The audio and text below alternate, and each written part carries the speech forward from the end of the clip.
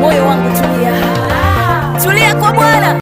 Naomba tukaribishe mtazamaji wetu kwa makofi, sangwe na vigelegele. Nashukuru Mungu kwa neema amenijalia mara tena kukutana na wewe katika studio hii ya Meru TV ili tuendelee kushiriki neno lake. Katika Friday iliyopita tuliongea kuhusu Adamu wa kwanza, Adamu wa pili, na baadaye tukaweza kuguzia kuhusu Roho Mtakatifu, na leo tunazidi kuendelea kuona kazi ya Adamu wa kwanza na kazi ya Adamu wa pili. Adamu wa kwanza alipoumbwa, aliumbwa kwa mavumbi ya ardhi kulingana vile Biblia inaeleza katika kitabu cha Mwanzo sura ya 2 mstari wa 7. Bwana Mungu akafanya mtu kwa mavumbi ya ardhi, akapuliza puani pumzi ya uhai, akawa nafsi iliyo hai. Na pia kitabu cha Korintho wa kwanza 15 mstari wa 45, maandiko yanasema Adamu wa kwanza, kama ilivyoandikwa, Adamu wa kwanza akawa nafsi iliyo hai. Adamu wa kwanza alitoka katika udongo, Adamu wa pili atoka mbinguni. Na tunapoangalia Biblia inasema, tuangalie kitabu cha Korintho. Mpendo mtazamaji, naomba ufungue Biblia yako kitabu cha Korintho. Kitabu cha Korintho wa kwanza 45 mpaka 49, tuweze kuona vile Biblia inasema. Ndivyo ilivyoandikwa, mtu wa kwanza Adamu akawa kiumbe aliye hai, na Adamu wa mwisho ni roho yenye kuisha. Lakini hatulegei, lakini hautangulii ule wa roho, bali ule wa asili, baadaye huja ule wa roho. Mtu wa kwanza atoka katika nchi ya udongo, na mtu wa pili atoka mbinguni. Kama alivyo yeye wa udongo, ndivyo walivyo wa udongo, na alivyo yeye wa mbinguni, ndivyo walivyo wa mbinguni. 49. Na kama tulivyosukua sura yake yule wa udongo, kadhalika tutasukua sura yake yeye aliye wa mbinguni. Ukiangalia Biblia imeweza kuweka wazi Adamu wawili. Adamu wa kwanza alitoka katika udongo, na Adamu wa pili ametoka mbinguni. Na ukiangalia Adamu wa kwanza vile aliumbwa, tumeona kitabu cha Mwanzo sura ya 2 mstari wa 7, Bwana Mungu akafanya mtu kwa mavumbi ya ardhi. Kwa hivyo Adamu wa kwanza aliumbwa katika mavumbi ya ardhi, na alipoumbwa katika mavumbi ya ardhi akapuliza puani pumzi ya uhai, akawa nafsi iliyo hai. Na katika Adamu huyu wa kwanza tunaona Mungu aliweza kuunganika na yeye kupitia neno lake, kwa sababu Mungu ni neno. Mungu ambaye ni neno aliweza kupatia Adamu wa kwanza neno katika kitabu cha Mwanzo sura ya 2 mstari wa 15 mpaka 17. Mstari wa 15, maandiko inasema Bwana Mungu akamtoa mtu akamweka katika bustani la Edeni ailime na kuitunza. Kiangalia hapa neno linasema ailime na kuitunza. Anatunza nini? Anatunza shamba la Edeni ama anatunza moyo wake? Anatunza moyo wake. Ukisoma kitabu cha Mithali 4 mstari wa 23 inasema linda moyo wako kuliko chochote ulindazo, maana huko ndiko kunatoka semizemi za uzima. Nini inaweza linda moyo wako? Katika kitabu cha Zaburi 119 verse 11 inasema nimeliweka neno lako ndani ya moyo wangu ili nisikutende dhambi. Nini inaweza zuia usitende dhambi? Watu wengi wanajaribu wasitende dhambi, lakini bado wanatenda dhambi kwa sababu hawana neno la Mungu ndani ya mioyo yao. Watu wengi wanaiba wanamjua Mungu, watu wengi wanaiba wanamjua Yesu Kristo, wengi wanaiba wanamjua Roho Mtakatifu, lakini licha kwa wanasema mambo hayo yote, Mungu hafanyi kazi katika mioyo yao.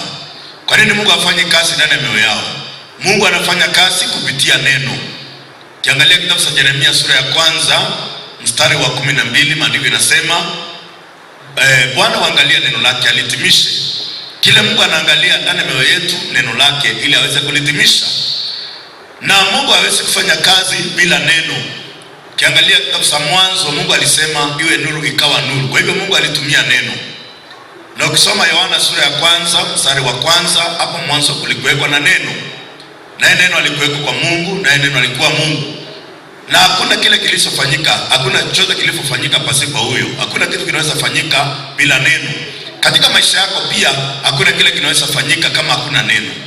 Watu wengi wanajiita Wakristo lakini hawana neno la Mungu ndani ya mioyo yao. Huwezi kuwa Mkristo, na huwezi kuwa mtu wa imani, na huwezi kuwa mtu wa rohoni, na huwezi kuwa hauna dhambi kama una neno. Kile kinaondoa dhambi ndani ya moyo wako ni neno kuingia ndani ya moyo wako. Adamu alifanyika mwenye dhambi kwa njia gani? Adamu alifanyika mwenye dhambi kwa sababu ya kuweka neno la Shetani ndani ya moyo wake.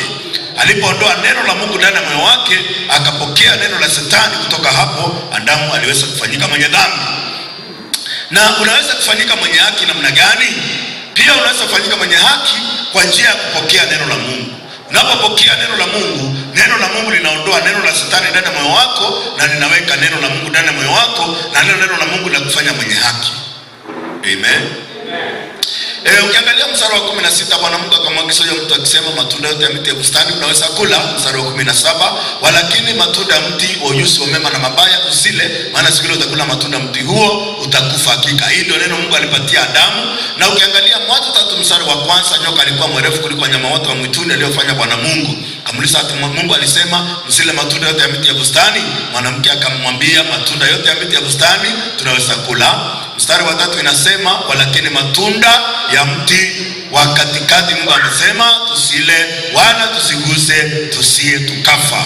Nyoka akamwambia mwanamke, hakika hamtakufa. Mstari wa 5 maandiko inasema kwa maana Mungu anajua siku ile mtakula matunda mti huo mtakuwa kama Mungu mkijua mema na mabaya. Na kutoka hapo Adamu alipofungulia hilo neno la Shetani, moyo likaingia ndani yake.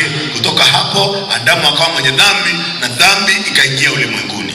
Kama vile kitabu cha Warumi 5 mstari wa 12 nasema, kwa hiyo kama kwa mtu mmoja dhambi iliingia ulimwenguni, na hiyo dhambi mauti, na hiyo mauti ikawafikia watu wote kwa sababu wote wamefanya dhambi. Kutoka hapo dhambi ikaingia ulimwenguni, na ndio tumesoma Biblia inasema, inaanza kuongea kuhusu Adamu wa udongo aliyetoka katika udongo, na imeanza kueleza Adamu aliyetoka mbinguni.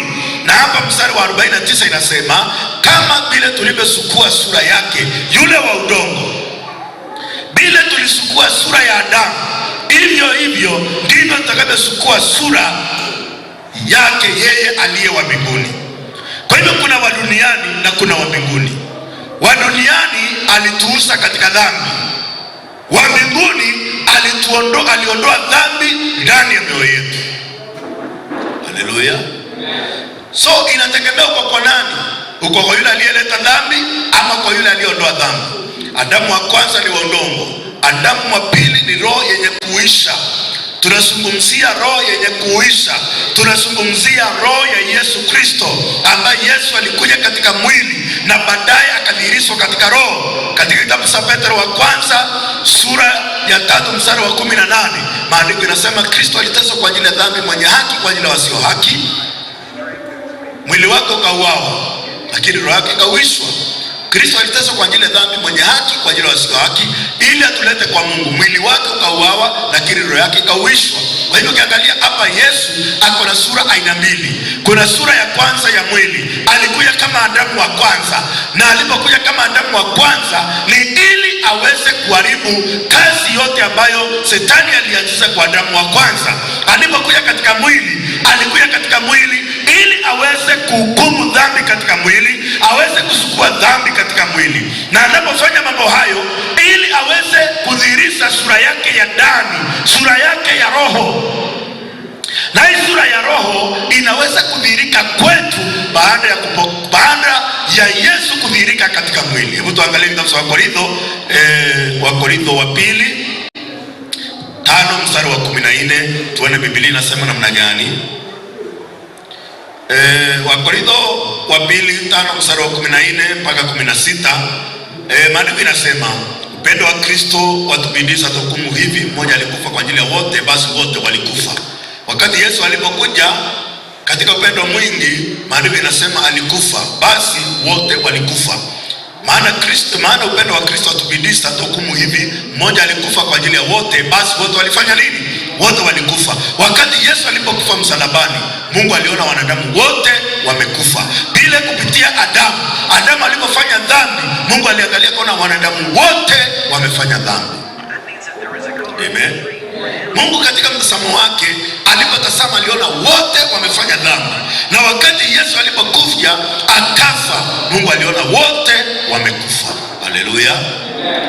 Na mstari wa 15 anasema, tena alikufa kwa ajili ya wote, ili walio hai wasiwe hai tena kwa ajili ya nafsi zao, bali kwa ajili yake yeye aliyekufa na kufuka kwa ajili yao. Alikufa ili walio hai wasiwe hai tena kwa ajili ya nafsi zao. Kwa nini watu wanaishi maisha ya wenye dhambi? Kwa nini watu wanatenda dhambi? Kwa sababu wanaishi kwa nafsi yao. Lakini hapa maandiko inasema tena alikufa kwa ajili ya wote, ili walio hai wasiwe hai tena kwa ajili ya nafsi zao. Wasiwe hai tena kwa ajili ya nafsi zao, bali kwa ajili yake aliyekufa na kufuka kwa ajili yao. 16, hata imekuwa sasa hatumjui mtu yeyote kwa jinsi ya mwili, ingawa tunamtambua Kristo kwa jinsi ya mwili, lakini hatumtambui hivyo tena. Kuna kutambua Kristo kwa jinsi ya mwili. Kutambua Kristo kwa jinsi ya mwili, mpendwa mtazamaji, Biblia. Kuna kutambua Kristo kwa jinsi ya mwili. Kitabu cha Yohana sura ya 1 mstari wa 14, na maandiko inasema fanyika mwili, tukaona utukufu kama utukufu wa mwana wa pekee, amejaa kweli. Hiyo ni kujua Yesu kwa jinsi ya mwili. Haleluya. Katika kitabu cha Timotheo maandiko yanasema siri ya utaua ni kuu, Mungu alidhihirisha kwa Kristo kwa jinsi ya mwili. Alidhihirishwa katika mwili. Na ukiangalia tena kitabu cha Warumi 8 mstari wa 3, maandiko yanasema yale yasiyowezekana kwa sheria kwa sababu ya dhaifu katika mwili, Mungu mwenyewe alituma mwanao kwa mfano wa mwili, ili ahukumu dhambi katika mwili. Haleluya. Hiyo ni jinsi ya kujua Kristo katika mwili. Kwa hivyo sheria haikuweza kututoa kwa dhambi. Sheria ilipovurutwa na mwili, ilipovurutwa na dhambi na mwili ilishindwa. Lakini Kristo ambaye alipodhihirishwa katika mwili, maandiko inasema yale yasiyowezekana kwa sheria kwa sababu ya dhaifu katika mwili, Mungu mwenyewe kutuma mwanawe mwenyewe kwa mfano wa mwili, ili ahukumu dhambi katika mwili. Kwa hivyo Yesu alikuja katika mwili kwa kusudi la kuhukumu dhambi katika mwili. Jambo lingine kutambua Kristo katika jinsi ya mwili. Angalia kitabu cha Petro wa kwanza sura ya 2 mstari 64. Maandiko inasema yeye mwenyewe alizichukua dhambi zetu katika mwili wake juu ya mti, tuwe wafu kwa mambo ya dhambi, tuwe hai kwa mambo ya haki, na kwa kupigwa kwake tumeponywa. Yeye mwenyewe alizichukua dhambi zetu katika mwili wake. Haleluya. Tukiangalia tena kulingana na mwili, angalia kitabu cha Petro wa kwanza 3 mstari wa 18. Petro wa kwanza sura ya 3 mstari wa 18, maandiko inasema Kristo aliteswa mara moja kwa ajili ya dhambi, Kristo aliteswa mara moja kwa ajili ya dhambi, mwenye haki kwa ajili ya wasio haki, ili atulete kwa Mungu. Mwili wake ukauawa, lakini roho yake ikawishwa. Hapo imetoa sura mbili. Mwili wake ukauawa, lakini roho yake ikawishwa. Kwa hiyo hapa ni kutambua Kristo kwa jinsi ya mwili. Alikufa kwa sababu ya nini? Alikufa kwa sababu ya dhambi zetu, kama vile maandiko yanavyosema kitabu cha Wakorintho wa kwanza 15 mstari wa 3, yale niliyopokea mimi mwenyewe ya kuwa Kristo dhambi zetu kama yale navyo maandiko, ya Yesu hafe na mwili wake ufe, ni kwa sababu ya dhambi. Yesu hakufia dhambi yake, alifia dhambi ya ulimwengu. Angalia tena kitabu cha 10, maandiko yanasema katika mapenzi hayo mmepata utakaso kwa kutolewa mwili wa Yesu. Katika mapenzi hayo mmepata utakaso kwa kutolewa mwili Yesu Kristo mara moja tu. Haleluya. Na tunapozidi kuangalia katika kitabu cha Waebrania mstari wa 5 inasema, kwa hiyo alipokuja ulimwenguni alisema, dhabihu na matoleo hukutaka, lakini mwili uliwekwa tayari. Hiyo ni kutambua Yesu katika jinsi ya mwili. Kwa hivyo katika mwili wa Yesu Kristo, alipokuja katika mwili, alibeba dhambi zetu zote na akalipia sote pale msalabani. Kwa nini nasema sina dhambi? Kwa sababu nakiri Yesu alikuja katika mwili. Angalia kitabu cha Waraka wa kwanza wa Yohana sura ya 4 mstari wa kwanza kuendelea. Wapenzi, msiamini kila roho, bali isipimeni hizo roho kama zimetoka kwa Mungu, kwa sababu manabii wa uongo wengi wametokea duniani. Katika hili mnajua roho wa Mungu, na kila roho ikirio kwamba Yesu Kristo amekuja katika mwili yatokana na Mungu. Kila roho itakayokiri Yesu alikuja katika mwili, hiyo inatokana na Mungu. Ukikiri Yesu alikuja katika mwili, ukikiri alihukumu dhambi katika mwili, utachukua dhambi katika mwili, na utakiri kwamba kupitia huo mwili nimepata utakaso. Hiyo ndio kutambua Yesu kwa jinsi ya mwili. Na maandiko inasema hatumtambui tena. Na ndio mstari wa 17 wa 2:5 inasema, tazama mtu akiwa ndani ya Kristo, ya kale yamepita, tazama yamekuwa mapya. Amekuwa kiumbe kipya. Kwa sababu gani? Ulikuwa ndani ya mwili lakini umtambui hivyo. Kutoka hapo maandiko inasema, tazama mtu akiwa ndani ya nani? Si akiwa nje ya Yesu, akiwa ndani ya Kristo, ya kale yamepita, tazama yamekuwa mapya. Amen. Tunapoangalia kazi hiyo Yesu alifanya, kazi ya roho. Yesu alikuwa na mwili na roho, na alipodhihirishwa alidhihirishwa katika mwili na roho, na alipodhihirishwa katika mwili na roho, mwili wake ulihukumu dhambi, na roho yake nayo ilifanya kazi gani? Maandiko inasema, kama vile tulivyosukua sura yake wa udongo, ndivyo tutakavyosukua sura yake aliye mbinguni. Sura aliye mbinguni ni roho. Na ndio Yesu akasema, mtapokea nguvu akisha kuja juu yenu huyo Roho Mtakatifu. Haleluya. Mtapokea nguvu akisha kuja juu yenu huyo Roho nani? Huyo Roho Mtakatifu. Matendo ya Mitume sura ya 1 mstari wa 8 inasema, mtapokea nguvu akisha kuja juu yenu huyo Roho Mtakatifu. Hii nguvu ni nguvu ya aina gani? Hii ni nguvu ya kushinda ulimwengu. Hii ni nguvu ya kushinda dhambi. Hii ni nguvu ya kushinda mawazo yetu. Hii ni nguvu ya kushinda hali zote ambao Yesu Kristo anatupatia kupitia Roho Mtakatifu. Kwa hiyo kuna watu wengi wanafikiria Roho Mtakatifu anaweza kukuasa wakati wote. Ukifuata mawazo yako, Roho Mtakatifu anakuasa. Kufuata njia yako, Roho Mtakatifu anakuasa. Kufuata mwili, Roho Mtakatifu anakuasa. Roho ambao tumepewa ni roho wa milele, na huyo roho kazi yake ni kutuongoza kinyume na mawazo yetu, kutuongoza kinyume na mwili, kutuongoza kinyume na njia yetu, kutuongoza kulingana kinyume na mambo ya dunia hii. Sasa mpendwa mtazamaji, si ndani ya moyo wako kama uko na Roho Mtakatifu?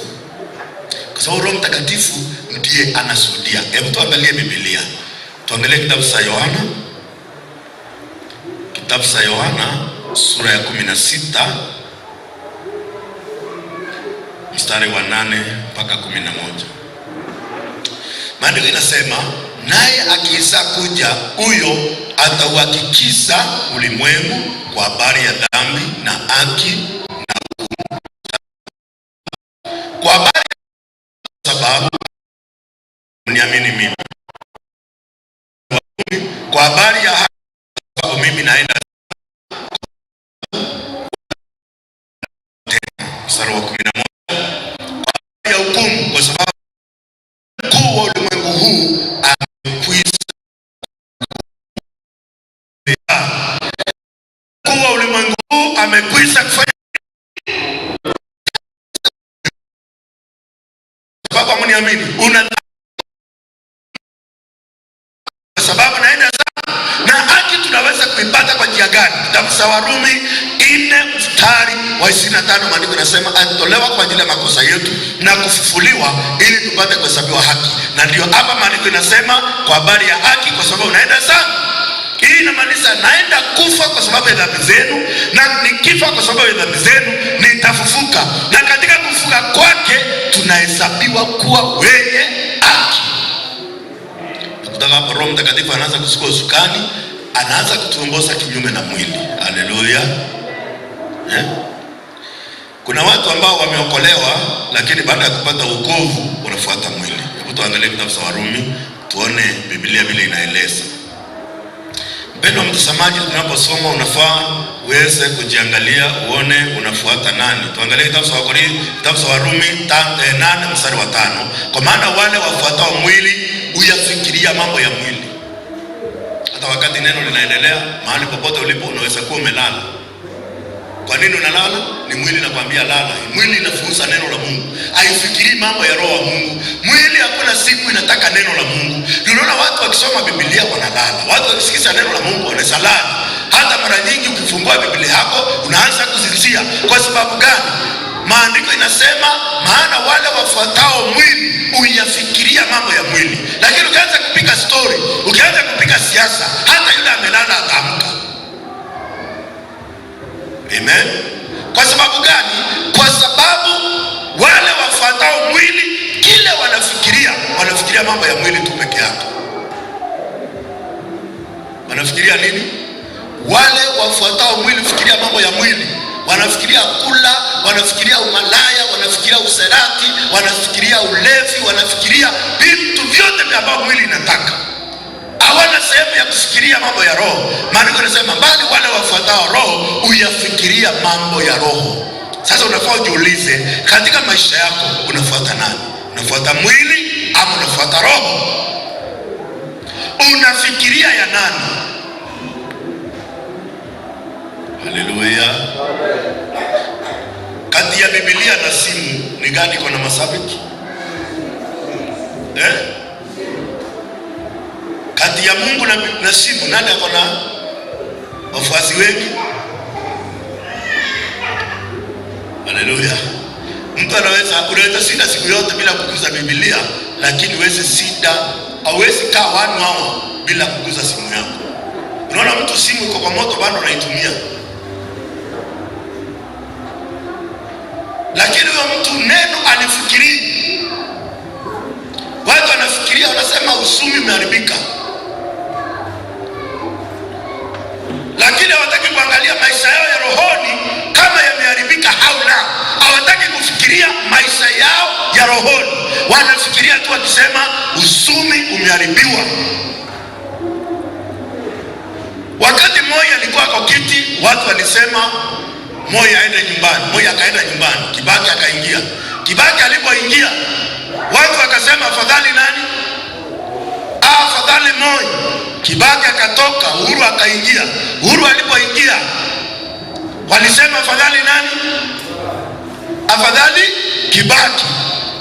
Uhuru akaenda nyumbani, wakimpigia duru. Ruto akaingia, wanasema afadhali nani? Afadhali nani? Kuna siku zile zako zitaisha. Unafikiria rais wa Kenya yule atakuja na shida zako, mwenye atamaliza shida zako ni wakati kutambua maisha yako shida au la. Kwa sababu Mkristo usumi wake uongozi unaturiwa mwenye haki mbinguni yake na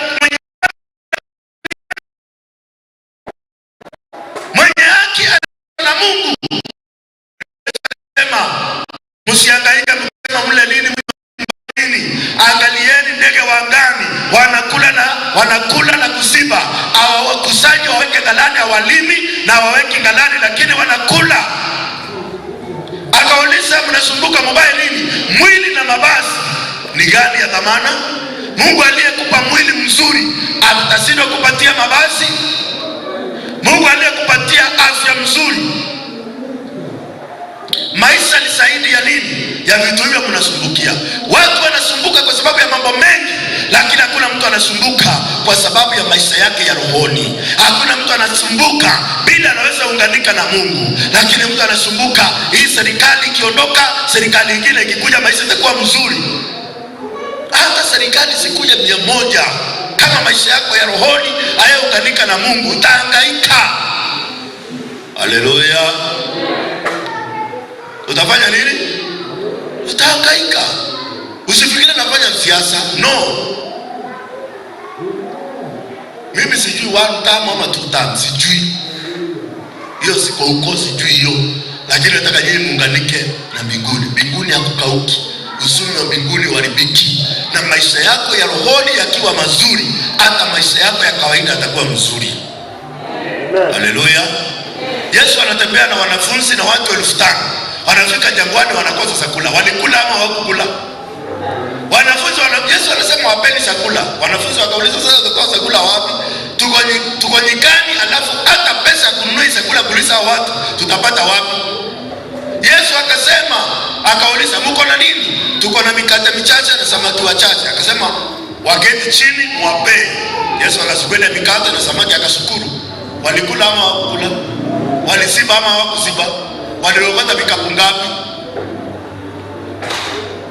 So nataka uelewe, ukiwa na Yesu Kristo hautalia njaa, hautalia shida, kwa sababu uko na Yesu asuluhishe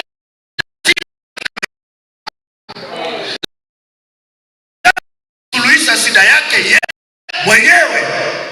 Akiona shida ni mke wake, akiona shida ni mume wake, mtoto akiona shida ni wazazi.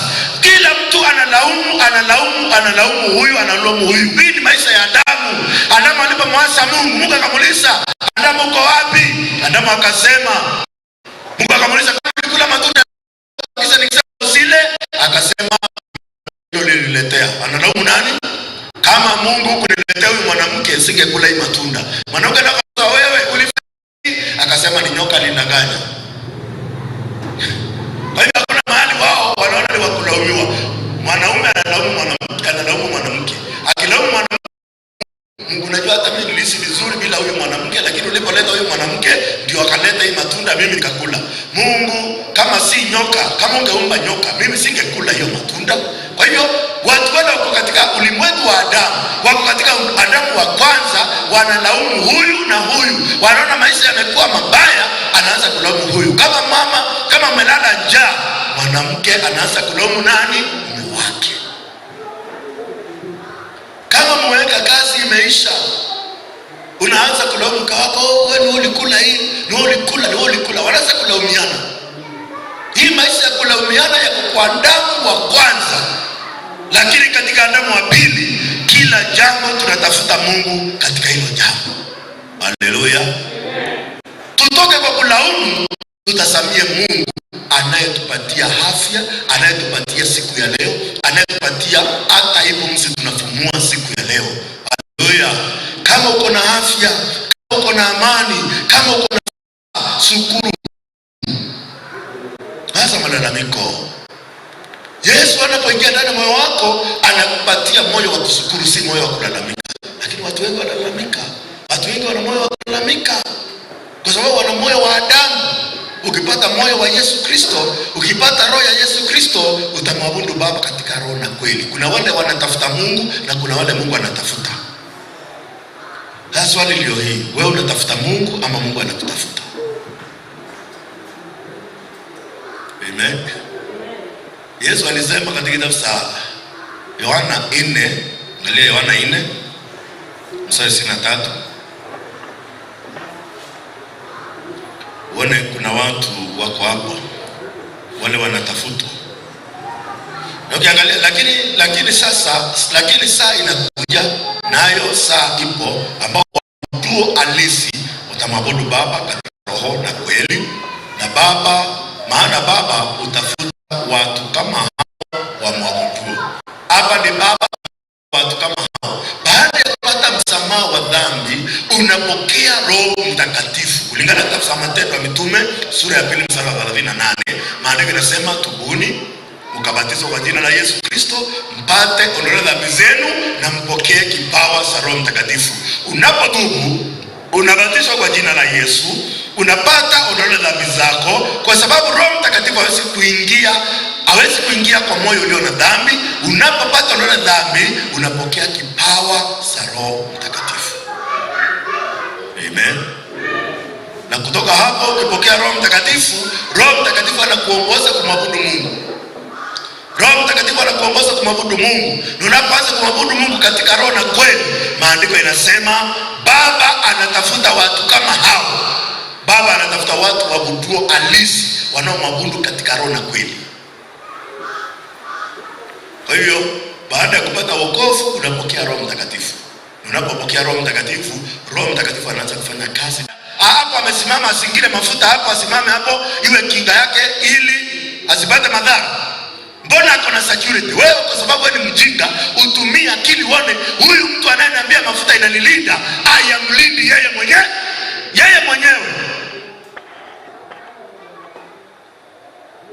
Haleluya.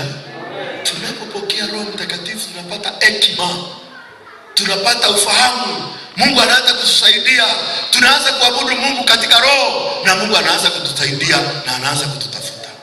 Amen. Kwa hivyo mpendwa mtazamaji, naamini kwamba katika kipindi kijacho tutaendelea kujifundisha kuhusu Roho Mtakatifu, vile Roho Mtakatifu anafanya kazi baada ya kumpokea Yesu ndani ya moyo wako, na vile Roho Mtakatifu ataendelea kufanya kazi ndani ya moyo wako. Tushukuru Baba mtakatifu na mkombozi wetu Yesu Kristo, na kushukuru kwa sababu ya neema umetujalia siku ya leo, Bwana wa majeshi, kujifunza neno lako. Na Bwana wa majeshi, katika neno hili na moyo wa sifa na moyo wa shukrani kwa sababu ya vile Bwana wa majeshi umenena na mpendwa mtazamaji. Jina lako libarikiwe na jina lako litukuzwe, kwa jina la Yesu Kristo tumeomba. Ukiri ndio kwa Amen.